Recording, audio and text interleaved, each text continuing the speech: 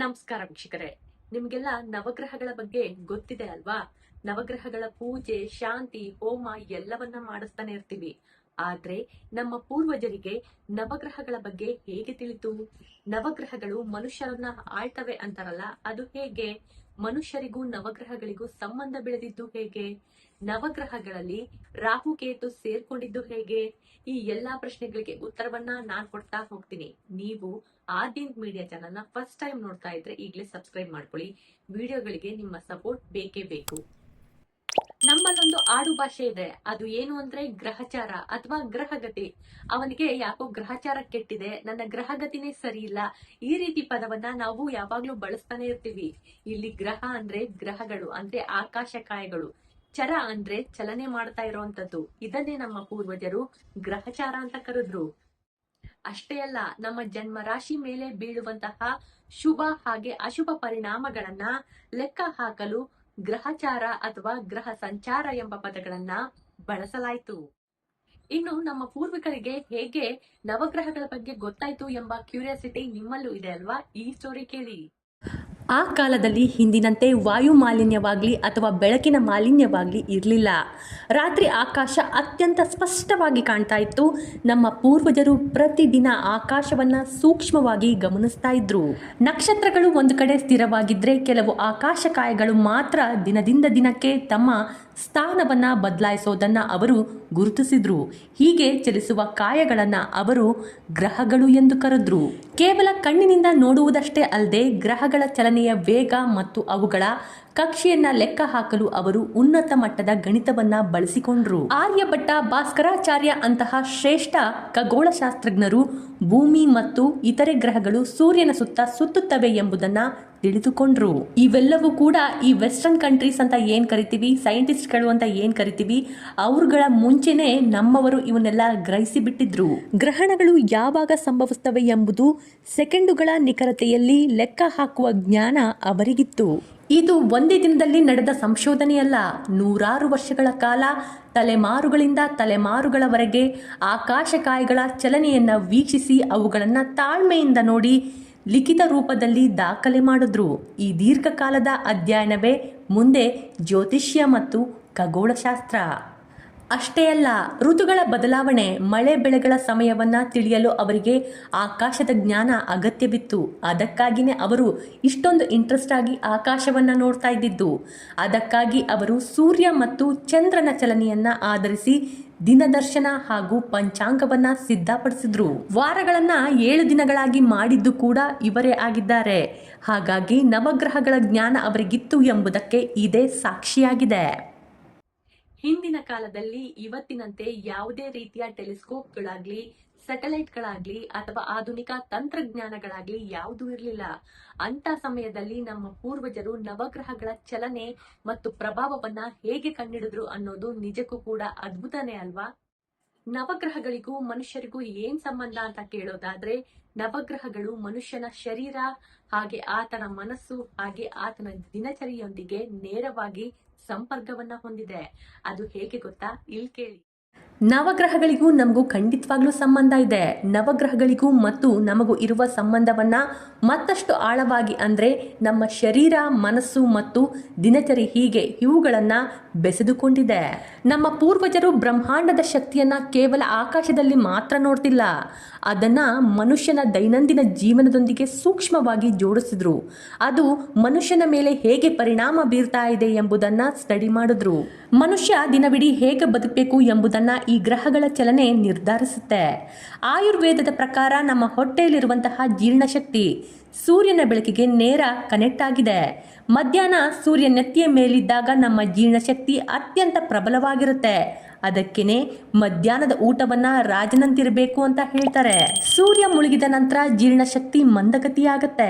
ಹಾಗಾಗಿ ರಾತ್ರಿ ಲಘು ಆಹಾರ ಸೇವಿಸೋದು ಮನುಷ್ಯನ ಆರೋಗ್ಯಕ್ಕೂ ಒಳ್ಳೆಯದು. ಇನ್ನು ಚಂದ್ರನ ವಿಷಯಕ್ಕೆ ಬಂದ್ರೆ, ಚಂದ್ರ ಬೆಳಕು ಮತ್ತು ರಾತ್ರಿಯ ವಾತಾವರಣವು ನಮ್ಮ ಮೆದುಳಿನಲ್ಲಿ ಮೆಲಾಟೋನಿನ್ ಎಂಬ ಹಾರ್ಮೋನ್ ಅನ್ನ ಸಕ್ರಿಯವಾಗಿ ಕೆಲಸ ಮಾಡಲು ಸಹಾಯ ಮಾಡುತ್ತೆ. ಇದು ನಮಗೆ ಒಳ್ಳೆಯ ನಿದ್ರೆಯನ್ನ ನೀಡುತ್ತೆ.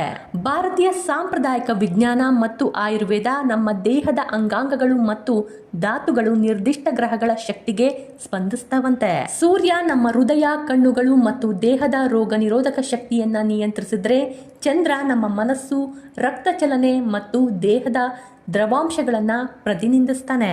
ಮಂಗಳ ನಮ್ಮ ದೇಹದ ಬೋನ್ ಮ್ಯಾರೋ, ರಕ್ತದಲ್ಲಿರುವ ಕೆಂಪು ಕಣಗಳು ಮತ್ತು ಸ್ನಾಯುವಿನ ಶಕ್ತಿಗೆ ಕಾರಣ. ಬುಧ ನಮ್ಮ ನರಮಂಡಲ, ಚರ್ಮ ಮತ್ತು ಬುದ್ಧಿಶಕ್ತಿಯನ್ನ ನಿಯಂತ್ರಿಸ್ತಾನೆ.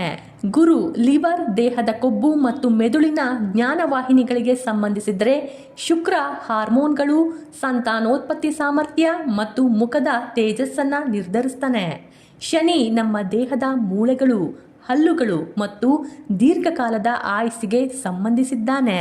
ನವಗ್ರಹಗಳು ಮನುಷ್ಯನನ್ನ ಆಳ್ತವೆ ಎನ್ನುವುದಕ್ಕಿಂತ ಅವು ನಮಗೆ ಒಂದು ದಿನದರ್ಶಕ ಅಂದ್ರೆ ಕ್ಯಾಲೆಂಡರ್ ಮತ್ತು ಕಂಪಾಸ್ ಅಂತೆ ಕೆಲಸ ಮಾಡುತ್ತೆ. ಪ್ರಕೃತಿಯ ನಿಯಮದಂತೆ ಸೂರ್ಯ ಚಂದ್ರರು ಹೇಗೆ ನಿಯಮಿತವಾಗಿ ಚಲಿಸ್ತಾರೋ ಹಾಗೆ ಮನುಷ್ಯನು ತನ್ನ ಜೀವನದಲ್ಲಿ ಶಿಸ್ತು, ತಾಳ್ಮೆ ಮತ್ತು ಒಳ್ಳೆ ಕೆಲಸಗಳನ್ನು ರೂಢಿಸ್ಕೊಂಡ್ರೆ ಯಾವುದೇ ಗ್ರಹದ ನಕಾರಾತ್ಮಕ ಪ್ರಭಾವ ನಮ್ಮ ಮೇಲೆ ಬೀರಲು ಸಾಧ್ಯವೇ ಇಲ್ಲ. ಮನುಷ್ಯನ ದೇಹದಲ್ಲಿ 9 ದ್ವಾರಗಳಿವೆ. ಈ 9 ದ್ವಾರಗಳು ದೇಹದ ಶಕ್ತಿಯ ಕೇಂದ್ರ ಬಿಂದುಗಳು ಅಂತ ಕರೆಯಲಾಗುತ್ತೆ. ಇವು ಆಕಾಶದ 9 ಗ್ರಹಗಳನ್ನ ನಿರಂತರವಾಗಿ ಗ್ರಹಿಸ್ತಾ ಇರುತ್ತೆ ಎಂಬ ನಂಬಿಕೆ ನಮ್ಮಲ್ಲಿದೆ. ನಮ್ಮ ಸೌರ್ಯ ವ್ಯೂಹದಲ್ಲಿ 9 ಗ್ರಹಗಳಿವೆ, ಆದ್ರೆ ಪ್ಲೂಟೋ ಒಂದು ಗ್ರಹ ಅಲ್ಲ. ಆದ್ರಿಂದ ನಮ್ಮ 8 ಗ್ರಹಗಳಿಗೆ ನಾವು ಆದ್ಯತೆಯನ್ನ ನೀಡ್ತಾ ಇದೀವಿ. ಆದ್ರೆ ಜ್ಯೋತಿಷ್ಯ ಶಾಸ್ತ್ರದಲ್ಲಿ ಗ್ರಹಗಳು 9, ಅವುಗಳಲ್ಲಿ ಯಾವುದೇ ಬದಲಾವಣೆ ಇಲ್ಲ. ಯಾಕಂದ್ರೆ ಅದರ ಲೆಕ್ಕಾಚಾರವೇ ಬೇರೆಯಾಗಿದೆ. ಹಿಂದೂ ಸಂಸ್ಕೃತಿ ಪ್ರಕಾರ ಸೂರ್ಯ, ಚಂದ್ರ, ಮಂಗಳ, ಬುಧ, ಗುರು, ಶುಕ್ರ, ಶನಿ, ರಾಹು, ಕೇತು ಈ ಪಟ್ಟಿಲಿ ಭೂಮಿ ಇಲ್ಲ. ಸೂರ್ಯನು ಒಂದು ನಕ್ಷತ್ರ, ಹಾಗೆ ಚಂದ್ರ ಒಂದು ಉಪಗ್ರಹವಾಗಿದ್ದಾನೆ. ನಮ್ಮ ನವಗ್ರಹಗಳು ಮತ್ತೊಂದು ವಿಶೇಷತೆಯನ್ನ ಹೊಂದಿವೆ. ವಾರದ 7 ದಿನಗಳು ಇವುಗಳಿಗೆ ಸಂಬಂಧಿಸಿದೆ. ಭಾನುವಾರ ಸೂರ್ಯನಾದ್ರೆ ಸೋಮವಾರ ಚಂದ್ರ ಎಂದರ್ಥ. ಮಂಗಳವಾರ ಮಂಗಳ ಗ್ರಹವನ್ನ ಸೂಚಿಸಿದ್ರೆ ಬುಧವಾರ ಬುಧ ಗ್ರಹ. ಗುರುವಾರ ಸಂಪೂರ್ಣವಾಗಿ ಗುರುವಿಗೆ ಅರ್ಪಣೆ ಮಾಡಿದ್ರೆ ಶುಕ್ರವಾರ ನಮಗೆ ಹತ್ತಿರದ ಗ್ರಹವಾದ ಶುಕ್ರವನ್ನ ಸೂಚಿಸುತ್ತೆ. ಶನಿವಾರ ಸಂಪೂರ್ಣವಾಗಿ ಶನಿ ಗ್ರಹಕ್ಕೆ ಸೇರಿದೆ. ಇಲ್ಲಿ ರಾಹು ಮತ್ತು ಕೇತು ಗ್ರಹಗಳಿಗೆ ಸ್ಥಾನವಿಲ್ಲ. ಇವು ವಾರದ ದಿನಗಳಿಗೆ ನೇರವಾಗಿ ಸಂಬಂಧವನ್ನೇ ಹೊಂದಿಲ್ಲ, ಅದಕ್ಕಾಗಿ ಸೇರಿಸಿಲ್ಲ. ನಮಗೆ ಮತ್ತೊಂದು ಅನುಮಾನ ಬರಬಹುದು, ಈ ನವಗ್ರಹಗಳಲ್ಲಿ ಕೆಲವು ಸೌರ ಗ್ರಹಗಳಿವೆ, ಹಾಗಾದ್ರೆ ಸೌರವ್ಯೂಹದಲ್ಲಿ ಯುರೇನಸ್, ನೆಪ್ಚೂನ್ ಮತ್ತು ಪ್ಲೂಟೋಗಳನ್ನ ಈ ಪಟ್ಟಿಯಲ್ಲಿ ಯಾಕೆ ಸೇರಿಸಿಲ್ಲ ಅಂತ. ನಮ್ಮಲ್ಲಿ ನವಗ್ರಹಗಳು ಅಂತ ಬಂದ್ರೆ ಯುರೇನಸ್, ನೆಪ್ಚೂನ್, ಪ್ಲೂಟೋ ಇವುಗಳನ್ನ ಸೇರಿಸಿಲ್ಲ. ಆದ್ರೆ ರಾಹು ಕೇತುಗಳನ್ನ ಸೇರಿಸಲಾಗಿದೆ. ರಾಹು ಕೇತುಗಳು ಸೇರ್ಕೊಂಡಿದ್ದು ಹೇಗೆ? ಭೂಮಿ ಕೂಡ ಈ ಲಿಸ್ಟ್ ಅಲ್ಲಿ ಇಲ್ಲ. ಭೂಮಿಯನ್ನ ತೆಗೆದು ಹಾಕಿದ್ಯಾಕೆ? ಈ ಪ್ರಶ್ನೆಗೆ ಉತ್ತರ ಇಲ್ಲಿ ಕೇಳಿ. ಇದಕ್ಕೆ ಕಾರಣ ಇತಿಹಾಸ, ಪ್ರಾಚೀನ ಜ್ಯೋತಿಷ್ಯ. ಸಾವಿರಾರು ವರ್ಷಗಳ ಹಿಂದೆ ಹಿಂದೂ ಜ್ಯೋತಿಷ್ಯ ಮತ್ತು ನವಗ್ರಹ ಸಂಪ್ರದಾಯವು ರೂಪುಗೊಂಡಾಗ ಆ ಕಾಲದ ಜನರಿಗೆ ಯುರೇನಸ್, ನೆಪ್ಚೂನ್ ಮತ್ತು ಪ್ಲೂಟೋ ಬಗ್ಗೆ ತಿಳಿದೇ ಇರಲಿಲ್ಲ. ರಾಹು ಕೇತು ನವಗ್ರಹಗಳ ಲಿಸ್ಟ್ಗೆ ಸೇರ್ಕೊಳ್ಳೋಕೆ ಕಾರಣ ಏನ್ ಗೊತ್ತಾ? ಇವೆರಡೂ ಕೂಡ ರಾಕ್ಷಸ ವರ್ಗದ 2 ನೆರಳು ಗ್ರಹಗಳು. ನಿಮ್ಗೆಲ್ಲ ಸಮುದ್ರ ಮಂಥನದ ಕತೆ ಗೊತ್ತೇ ಇದೆ. ಸಮುದ್ರ ಮಂಥನದಲ್ಲಿ ಅಮೃತ ಹೊರಗ್ ಬರುತ್ತೆ. ಆಗ ವಿಷ್ಣು ಮೋಹಿನಿ ರೂಪದಲ್ಲಿ ಎಲ್ಲಾ ದೇವತೆಗಳಿಗೂ ಅಮೃತವನ್ನ ಕೊಡುವಾಗ ಸ್ವರ್ಗಭಾನು ಎಂಬ ರಾಕ್ಷಸ ಅವ್ರ ಮಧ್ಯ ಸೇರ್ಕೊಂಡು ಆ ಅಮೃತವನ್ನ ತಾನು ಕೂಡ ಕುಡಿದು ಬಿಡ್ತಾನೆ. ಈ ವಿಷಯ ವಿಷ್ಣುಗೂ ಗೊತ್ತಾಗುತ್ತೆ. ವಿಷ್ಣುಗೆ ಸಿಕ್ಕಾಪಟ್ಟೆ ಕೋಪ ಬರುತ್ತೆ. ಆತ ತನ್ನಲ್ಲಿದ್ದಂತಹ ಸುದರ್ಶನ ಚಕ್ರದಿಂದ ಆ ವ್ಯಕ್ತಿಯ ಕುತ್ತಿಗೆಯನ್ನ ಕತ್ತರಿಸಿ ಬಿಡ್ತಾನೆ. ತಲೆಯ ಭಾಗ ರಾಹು ಆಗುತ್ತೆ, ಹಾಗೆ ಶರೀರ ಕೇತುವಾಗಿ ಬದಲಾಗುತ್ತೆ.